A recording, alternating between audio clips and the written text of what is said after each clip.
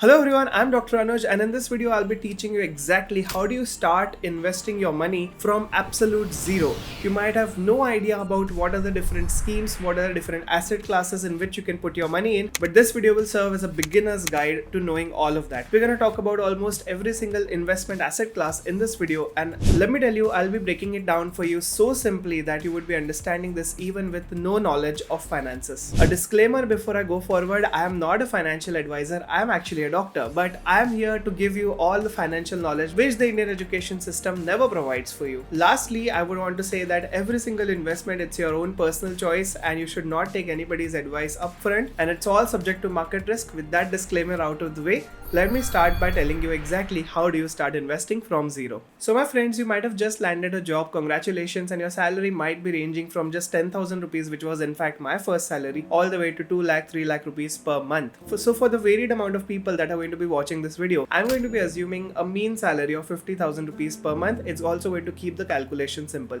So let us start. The first thing before you start investing is to calculate how much of the money that you are actually saving and how much of it are you spending. So the easy way to do that is using this spreadsheet which I made for you guys. By the way, link in the description, you can download and calculate on your own. The first thing that we spend money on are the fixed things. For example, the rent, the tuition fees of your college, the food that you have to buy, the groceries that you have to buy, the EMIs that you have to pay, the fuel for your different vehicles, and this all comes out to be a fixed thing. But apart from that, there's also the things which are optional. So things like going out for parties, hanging out with friends, taking trips around the world, all of these are optional things. But still, I'm going to include the expenses over here. First of all, we've got our salary, which is 50,000 rupees. Then we've got our rent. Let's say I'm paying a rent of 4,000 rupees. I'm spending around 4,000 rupees on food. Petrol, I'm spending maybe 1,000 rupees. So in EMIs, let's say I have got an iPhone which I have purchased. Maybe I've got an EMI of 5,000 rupees for that. Then we have got our travel. So travel maybe you're going out to your house, maybe you're going out with your friends. All of these come under travel. So let me just put in 4,000 rupees. So the train tickets, the stay and all, 4,000 is good. For party, 2,000 rupees. That once in a while on a Sunday your friends come over, you order a lot of food. And for yourself, maybe you like to buy new accessories, maybe you like those shoes, the clothes, all of that. I'm putting it around 2,000 rupees. So we've got 22,000 as our expenses. This might vary from person to person, but this is generally the amount that I spend on myself. And when you subtract this from your salary, you get around 28,000 rupees which are left with you guys. This is the 28,000 rupees that we'll be investing in this video, and I'll be telling you exactly how and where do you invest. But before we start investing, you should know that there is something called as an emergency fund.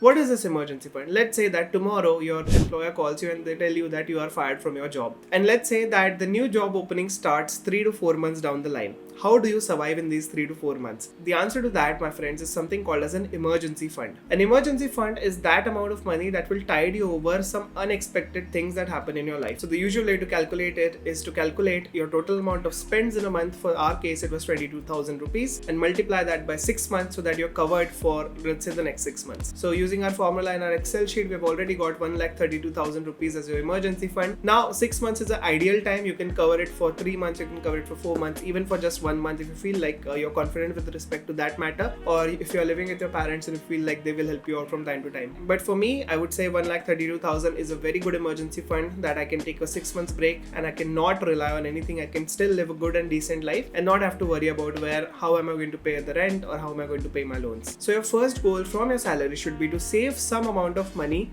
for your emergency fund. So out of the 28,000 rupees that you were saving each month, just remove 10,000 rupees from that and put it in your emergency fund, because it will save you, because it is very important. Once you have got your emergency fund made, or at least 60% of it is made, then you can start considering the investment options very rigorously. You don't have to remove 10,000 rupees each month from your saving just to put for your emergency fund. Before we go ahead, a quick word from Lenskart. So I wanted to gift my brother new glasses for the new year, and naturally I went to Lenskart for the same. And I directly checked out the Hustler collection, which is my favorite, as it has more than 500 unique designs to choose from, as seen on Mr. Anuj Pachhel, CEO and co-founder of Lenskart and Shark Tank India. Not just that, Lenskart offers free eye checkups so you can get the perfect prescription for your eyes. And of course, the Hustler range is available in both zero power and prescription. And you know secret? Lenskart has got an amazing sale that is going on, which lets you buy one glasses and get one free at just a price of 2,000 rupees. So I got one for Pawan and also one for me. So if you're looking for new glasses, go to Lenskart and try out the Hustler collection and definitely utilize the buy one get one offer. Link in the description for more info. And now back to the video.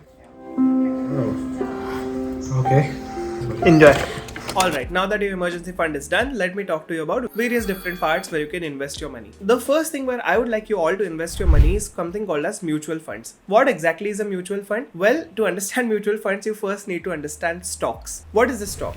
A stock is a small ownership of a company in exchange for some amount of money. For example, Apple, let's hypothetically imagine that one stock of Apple costs 5,000 rupees. You will give 5,000 rupees to Apple and they will get you one stock. One stock is a part of the ownership of the entire Apple company. On receiving that money, the company will definitely grow because they are using it to fuel their research and development. They are using it to build more products. As the company grows, the fraction of their company which you own also grows. So maybe you bought it for 5,000 rupees. Next year, it will grow to 6,000 rupees. This is the absolute simple basic buying and selling of how stocks work. Now, there's a simple problem with this. Stocks are highly unpredictable. What do I mean by that? That means they vary on a day-to-day basis, hour-to-hour basis, and even a second-to-second basis. The valuation of the company and the stock price goes up and down 1,000 times over the course of a month, and you don't have the time, effort or the energy to monitor what time do you have to buy and what time do you have to sell. Imagine if I hired somebody that I called as a fund manager and I asked him, find me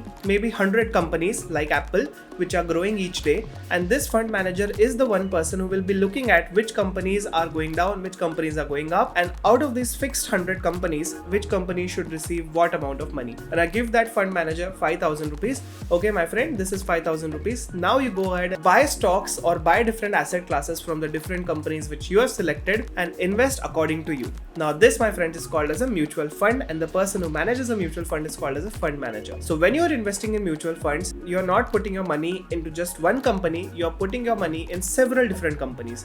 Now there's an obvious benefit to that. Let's say that you give 5,000 rupees to so many different companies. Out of 100 companies, if 30 companies fail, 70 companies will grow. And since more companies are growing than they are failing, your overall money asset will go up in price. Based on this, there are several different types of mutual funds. One is a debt fund, another is an equity fund, and lastly, one is called as the index fund. We'll be talking about index funds as well as equity funds in this video. Let's talk about index funds. So index fund is basically a ranking system. One of the common index funds that you might know is called as a Nifty 50 index fund, in which the top 50 companies in India, they are ranked from 1 to 50, and in these 50 company, whenever you give 5,000 rupees to the fund manager, they will apply that 5,000 rupees in the top 50 companies. Now the beauty of this is that when a company, let's say at 46 or 47 number, goes down to 56, 57, some other company takes its place. So you are investing in the company which are only in the top 50, not the 51st, not the 52nd. They might come back, they might go down, but you will be investing only in the top 50. So this investment will be only taking place in a ranked order. So you are assured that only the companies who are consistently at the top are getting your money.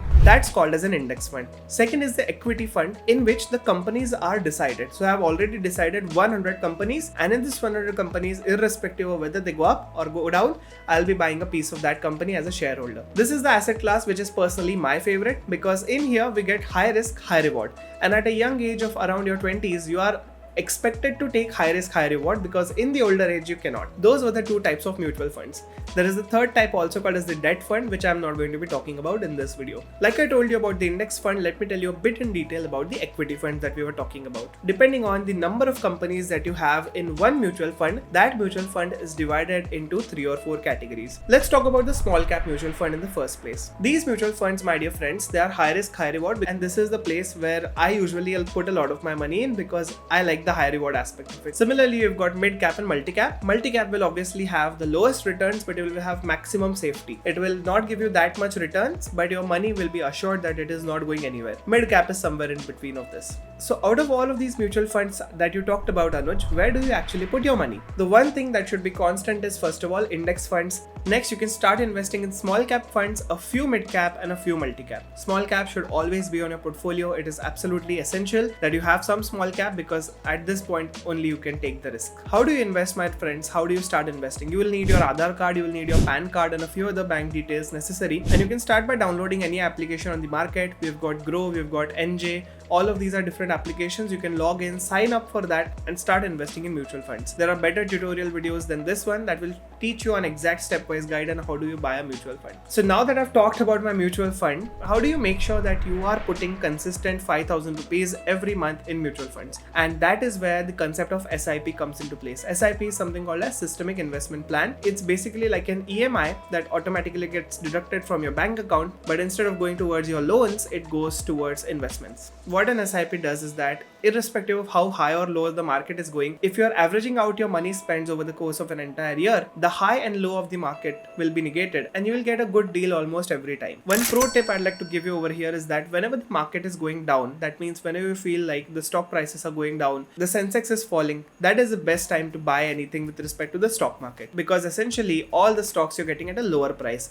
And eventually market does come up. Always the market has to come up. And when it does come up, so the same thing which you bought for a lot cheaper is now a lot bigger. Mutual funds are not something that are going to give you return in 1 year or 2 years or even 3 or 4 years. I myself have been investing in mutual funds for over 3 years at this point, and still my returns are humble. They are not extremely good, they are not extremely bad, but they are right where it should be. If somebody is promising you quick money, they are actually lying to you. But if somebody is providing you an in-detail guide about how do you invest, you should definitely subscribe to that channel. Mutual funds will actually provide you very good returns when you invest in them for a lot of time. So if you have an SIP that is continuing for 10 years, 20 years, 30 years, that's when you will see exponential returns, and that's the magic of it. How does exponential returns happen? Let's say that you've got a corpus of 5 lakh rupees and on that you're making 7 lakh rupees. That 2 lakh is already added to your corpus, and next time whenever the price goes up, the 7 lakh will grow. Second thing I want to talk about is fixed deposits. FDs, they are one of the best kind of investments for a secure holding of money, and they are very liquid. That means if you have an FD with a bank, you can go in the bank right now and by the evening you will have that money in your account. There is nothing bad in doing FDs. The social media influencers are telling you should put all your money in mutual funds and stocks, but it is honestly okay if you're doing your own FD as well. Usually an FD is a pretty low return investment, but it is one of the ways in which you can keep your emergency fund, you can keep a liquid asset that you can immediately use whenever you need it. It's a packet of money that you're giving to your bank account and telling them to keep it for safekeeping. However, if you compare that to mutual funds, the average returns that you should expect per year on a mutual fund is more than 12%. 12% is the minimum. Of course, like I told you, mutual funds are not to be taken on a year-wise basis. They are for a decade-wise basis actually. On a decade-wise basis, it is exponential. You can't even put a percentage to it. Per annum, I would say FDs give you around 6.5 to 7% interest rate, but there is no risk associated with FD, and that's one of the safest investments that you can do. How do you do an FD? You go to the bank, you tell them that you want to do an FD, they'll give you a form, you sign that form, and then you give them a check, and that's how an FD is done. Alright, let's talk about the next thing, and that is individual stocks. Individual stocks, like I explained to you what stocks are very, very risky. So if you don't know what you're doing, I would say get well informed, get well educated about the process, and only then start in it. I personally have never invested a huge amount in any of the stocks because I find it to be too risky and not worth my time. However, as we grow older and we get more knowledge about the stocks, I'll definitely be making a dedicated video on it. Next investment is one of my favorite ones, and it's called metals. So metals like silver and gold, I really love them. I've invested some of my money into buying them. There are 2 or 3 direct benefits of having these metals in the first place. First of all, I'd like to talk about silver, because if you look at the graphs, silver has given you a more return in the last 3-4 years compared to gold. Gold definitely is always a good long-term asset, especially for females who can actually make jewelry out of the gold. Let me tell you exactly how does gold work. So I think around 2018, if you look at the price of gold, it was around 33,000 rupees per 10 grams. It's 2024 now, and the last price which I checked was 80,000 rupees per tola. So if you had bought a gold of let's say 33,000 in 2018, you could have sold that for 80,000 today. It has definitely beat inflation. It has definitely beat a lot of FDs that you can do. Whenever you're buying gold, there are 2 ways you can actually buy it. One is the physical gold, which I really love. I'll tell you what that is. The purity of the gold is calculated on the basis of carat. So 24 carat equals 100% purity. 22 carat is a little bit mixed with some other metals. So that's how we calculate it. Pure 24 carat gold is the gold that you should be buying if you are looking for investments. And what exactly should you be buying? You should be buying coins or biscuits, because those have the lowest making charges. The lower the making charge, the more amount of return that you will get in the future. Of course, when you start to buy fancy items with gold, the making charges can go very high. They can reach up to 50%, 60% sometimes. You might be tempted to buy gold jewelry. You can do that if you have a lot of excess money lying around, but purely from an investment strategy, I think gold coins are the best way to go, and they also look good in your collection. If you have gold coins, when you look at them, you feel genuinely good. The second way to buy gold is to buy gold bonds. However, I'm not that experienced to comment on that. You can definitely read up on that on your own. But from what I've heard is that the long-term capital gains tax and all of the different taxes involved actually make gold bonds not that different from buying actual physical gold. Secondly, the metal that you can invest in is silver. Silver has given a better return compared to gold in the last few years. And there is one beautiful aspect of silver is that when you are buying silver utensils, no PAN card, no Aadhaar card is required.